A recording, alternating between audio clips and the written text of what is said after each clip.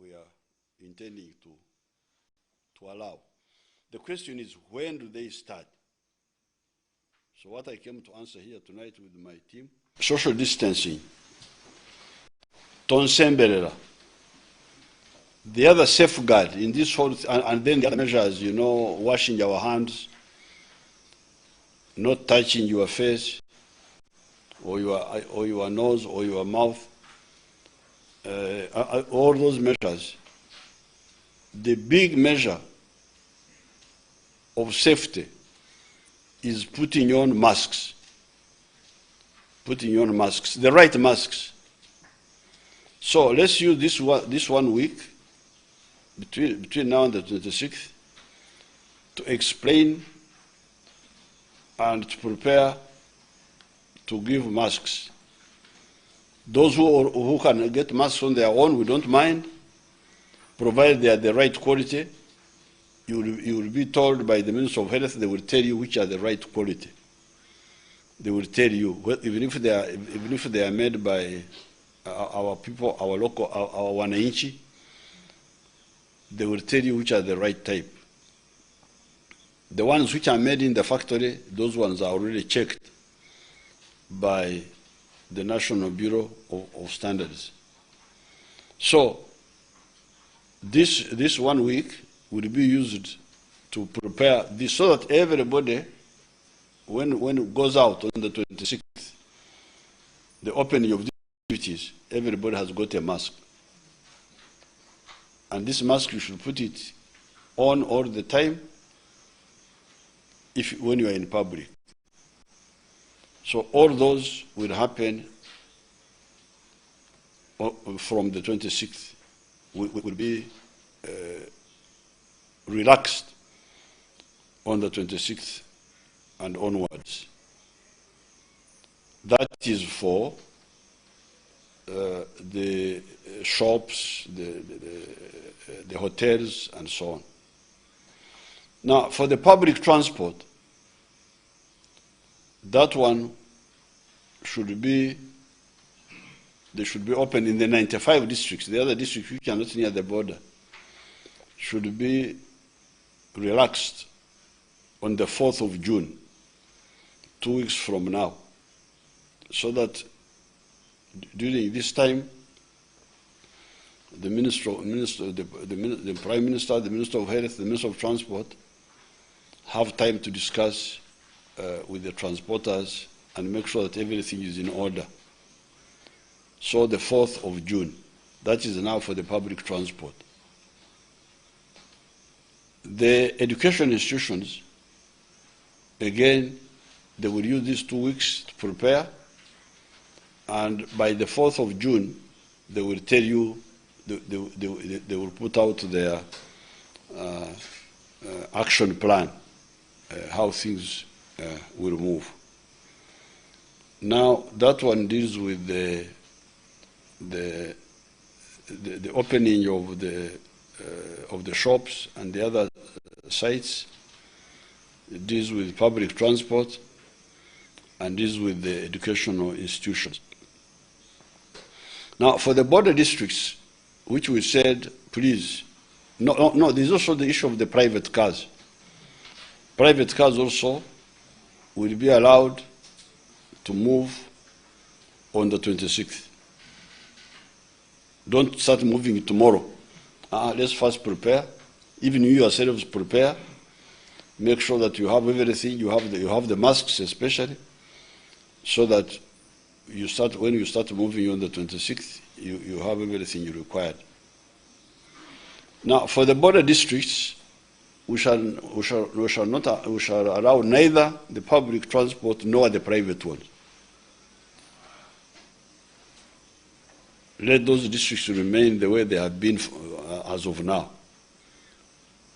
What is the reason? The reason is that you are on the front line. You are the one who can either help save us or destroy us by allowing infiltration from the neighboring countries.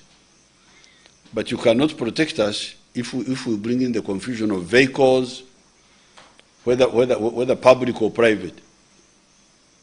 Because then it is even very difficult for the LOCs to check. You hear vehicles moving at night. Where is it going? You cannot get out of your houses to mount roadblocks. People are sleeping. They hear vehicles moving. You don't know where it has stopped, whom it has dropped, whom it has picked. No. Let it remain quiet the way it has been. No vehicles,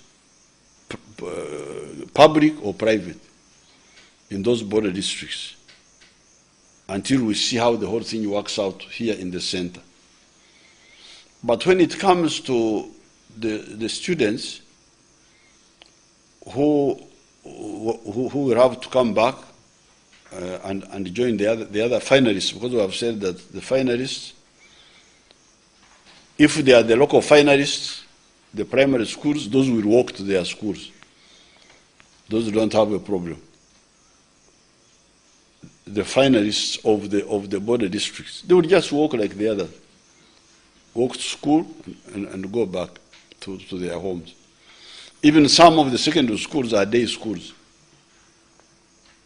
They are local. They can also walk and go back. But there are those who may be going to other areas. This way the Ministry of Education and the government may have to work out special plans to arrange transport for these children to go from the border districts to where they are required in the center of the country.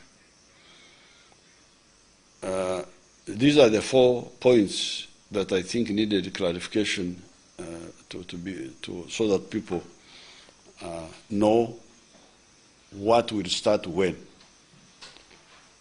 I thank you and I wish you good luck. Now, for today, I've been told to read the contributions. Oh, they are here? Oh, very good. Oh, the first on top is a man called Yoweri Museveni,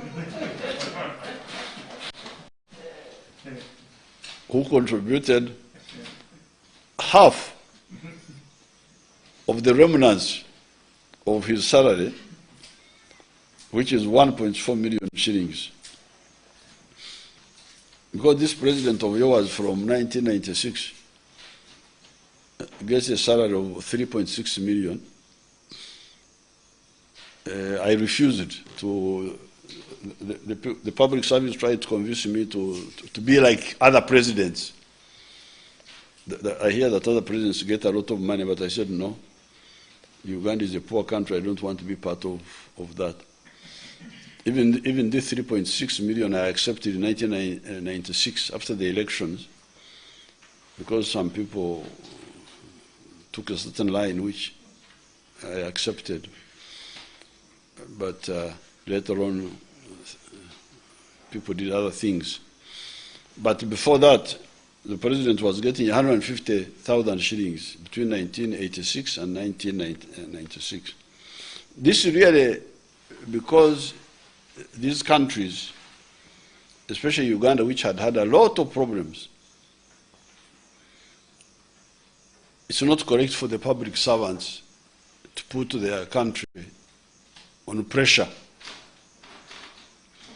for higher and higher salaries when there are so many primary demands that need to be handled. So that's why I refused the idea of big salaries for the president. So the 3.6 million each month, the NRM takes 700,000,